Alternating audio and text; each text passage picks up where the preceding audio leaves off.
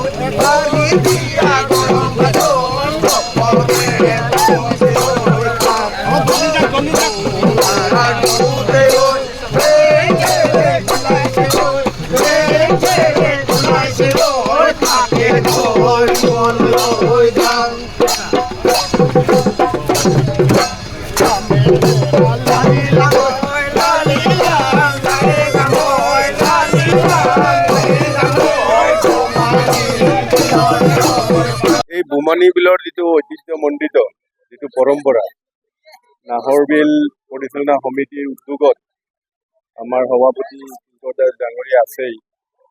আজি যে আমাৰ অতীতৰ পৰা যিটো পৰম্পৰা চলি আছে, ৰজাৰ দিনৰ পৰা যিটো চলি আহিছে, আজি যে ৰজাই প্ৰথম ইয়াতে মাছ মাৰিব নামি যিটো আৰম্ভণিটো কৰে, লালি লাইং গীতেৰে যেতিয়া আৰম্ভণিটো কৰে, আজি এই বিলখনৰ যি ঐতিহ্য যে ৰজাই অতীতৰে পৰা বহুত যুগৰ পৰা যেতিয়া ৰজা আছিলে, সৰু সৰু ৰজা আমাৰ আছিলে, সেই ৰজাবিলাকে এটা পৰম্পৰা আছিলে। এই পৰম্পৰাত অনুসৰি আজি মাঘৰ বিহুত আমাৰ যি বাপতি সাহোন ভোগালী উৎসৱ বুলি কওঁ, এই ভোগালী উৎসৱৰ দিনাখনে, আজি উৰুকাৰ দিনাখনে এই প্ৰথমতে ইয়াতে ৰজাৰ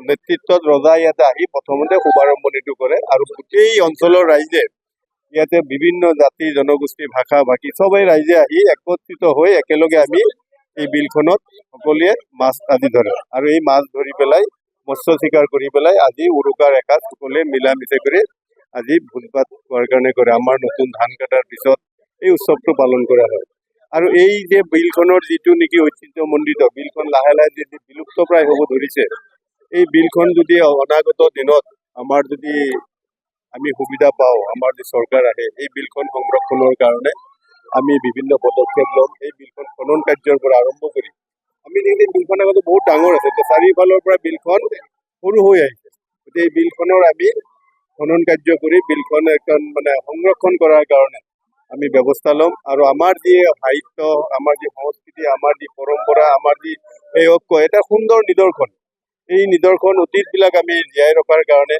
অতীতৰ পৰম্পৰাবিলাক আমি জীয়াই ৰখাৰ কাৰণে, অতীতৰ পৰম্পৰাবিলাক আমাৰ অনাগত দিনত আমাৰ ভৱিষ্যত প্ৰজন্মই যাতে তাৰ সোৱাদটো পায়, ভৱিষ্যত প্ৰজন্মই যাতে ইয়াৰ বিষয়ে জানে, তাৰ কাৰণে আমি বিলখন সংৰক্ষণৰ কাৰণে আমি ব্যৱস্থা ল'ম আৰু অধিক উন্নয়ন কৰাৰ কাৰণে বিলখন যদি আমি সুবিধা দিয়ে ৰাইজে, আমি বিলখনৰ কাৰণে ল'ম। আৰু আজি সকলোকে আপোনালোকৰ চেনেলৰ জৰিয়তে এই ভোগালী বিহুৰ বিশেষ ওলগ আৰু শুভেচ্ছা জনাইছোঁ।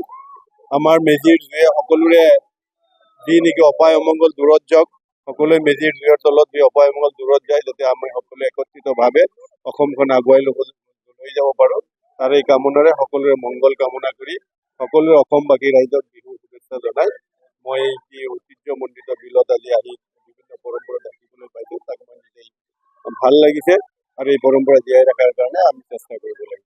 ধন্যবাদ। নাহৰগুৰি মীন উন্নয়ন সমিতিৰ পৰা সকলোলৈ ভোগালী বিহুৰ ওলগ জনাইছোঁ। সকলোৱে ভালে কুশলে থাকক। কথা হ'ল, আজি এইটো ভোগালীৰ এটা উৎসৱ, ডিমৰীয়াৰ বুকুৰ আপোন এখন বিল, সকলোৰে এটা আৱেগ, বোমানী বিল। এই বোমানী বিলত আজি মাছ মৰা উৎসৱ প্ৰত্যেক বছৰে চলি আছে। আমি জনামতে এইটো আৰিমত্ত ৰজাৰ দিনৰ এটা উৎসৱ, ৰজাদিনীয়া উৎসৱ। আজিও আমাৰ যিহেতুকে এইটো কাৰ্বি অধ্যুষিত এলেকা, কাৰ্বি অধ্যুষিত এলেকাত প্ৰতীকী ৰজা হিচাপে আমাৰ কাৰ্বি ৰজাসকল আছে। আমাৰ তেতেলীয়া ৰজা পানবৰ ৰংপে তেওঁ আছে, অসুস্থ যদিও আজি আহিছে তেওঁৰ মনৰ জোৰতে। তো কথা হ'ল এতিয়া এনেকুৱা, বিল কিন্তু সংৰক্ষণৰ প্ৰয়োজন আছে। বিল সংৰক্ষণ নহ'লে উৎসৱবোৰ নাথাকিব। বিলে যদি নাথাকে মাছ মৰা উৎসৱ ক'ৰ পৰা থাকিব? আজি বিল সংকুচিত, বিলত পানী নাই, মেটেকাৰে ভৰি পৰিছে, বিলৰ পৰা মেটেকা ওলাই যাবলৈ ৰাস্তা নাই। তাতে আকৌ মই এটা কথা চৰকাৰক অনুৰোধ জনাব বিচাৰিছোঁ আপোনালোকৰ জৰিয়তে, আমাৰ জল জীৱন মিছনে এটা ডাঙৰ পাইপ পুতি দিলে বিলখনৰ তলত। আৰু এনেকুৱা জেগাত থ'লে মানে পানী ওলাই যাব নোৱাৰে, মেটেকা ওলাই যাব নোৱাৰে। বিলখনলৈ এটা ভাবুকিৰ সৃষ্টি হ'ল। বহুত অনুনয় বিনয় কৰিলোঁ, কিন্তু কাম নহ'ল। গতিকে আমি চৰকাৰক অনুৰোধ জনাইছোঁ এই বিষয়ত যাতে ভাল এটা মন্তব্য দিয়ে, ভাল এটা দৃষ্টি ৰাখে। নহ'লে বিলেই যদি নাথাকে, এই ডিমৰীয়াৰ আৱেগ ক'ত থাকিব? ডিমৰীয়াৰ আৱেগ, এই মৎস্য চিকাৰ ক'ত থাকিব? ৰজাসকলে সৃষ্টি কৰি গ'ল, আজু ককা ককাহঁতে সৃষ্টি কৰি গ'ল, এনেধৰণৰ আৱেগবোৰ নোহোৱা হৈ যাব, সংস্কৃতিয়ে নাথাকিব। মৎস্য চিকাৰ যদি নাথাকে, ভোগালীৰ আমেজটো ক'ত থাকিব? মাছ যদি পাওক নাপাওক, আজি ডিমৰীয়াৰ মানুহসকল ইয়াতে অকল মাছ মৰা নহয়, ইয়াত মাছ মাৰিবলৈ আহে মনৰ আৱেগ লৈ, মনৰ কথা পাতিবলৈ, সম্প্ৰীতিৰ কথা ক'বলৈ। আজি বিভিন্ন গাঁৱৰ মানুহ ইয়াত লগ হ'ব, লগ হ'লে মানুহবোৰে এনেকুৱা ধৰণৰ কথা সুধিব যে তহঁতৰ ভেলাঘৰত আজি কিহৰ আয়োজন? তহঁতৰ এইবাৰ শালি ধান কেনেকুৱা হ'ল? বিঘাই প্ৰতি তহঁতে কিমান ধান পালি? এনেধৰণৰ কথাবোৰো মাছ মৰাৰ চলেৰে আলোচনা হয়। এই কথাবোৰ যদি মানুহবোৰ আহিব নোৱাৰা হয়, ইয়াত যদি নাথাকা হয়, কেনেকৈ হ'ব? নহ'ব নহয়। গতিকে মই সকলোকে অনুৰোধ জনাইছোঁ, ৰজাঘৰ প্ৰজাঘৰ সকলোৱে মিলি এই সম্প্ৰীতিবোৰ জীয়াই ৰাখিব লাগিব। পুনৰবাৰ ভোগালীৰ আৱেগ সকলোৰে আছে। ভোগালী বুলি ক'লে এটা ডাঙৰ আৱেগ অসমীয়া জাতিৰ। এইটো জীয়াই ৰাখিবলৈ মৎস্য চিকাৰটো থাকিবই লাগিব। ভোগৰ যিহেতুকে অনুষ্ঠান ভোগালী বিহু, গতিকে সকলোকে পুনৰবাৰ ভোগালীৰ ওলগ জনাইছোঁ, শুভেচ্ছা জনাইছোঁ। সকলোৰে দীৰ্ঘায়ু সুস্বাস্থ্য কামনা কৰিছোঁ।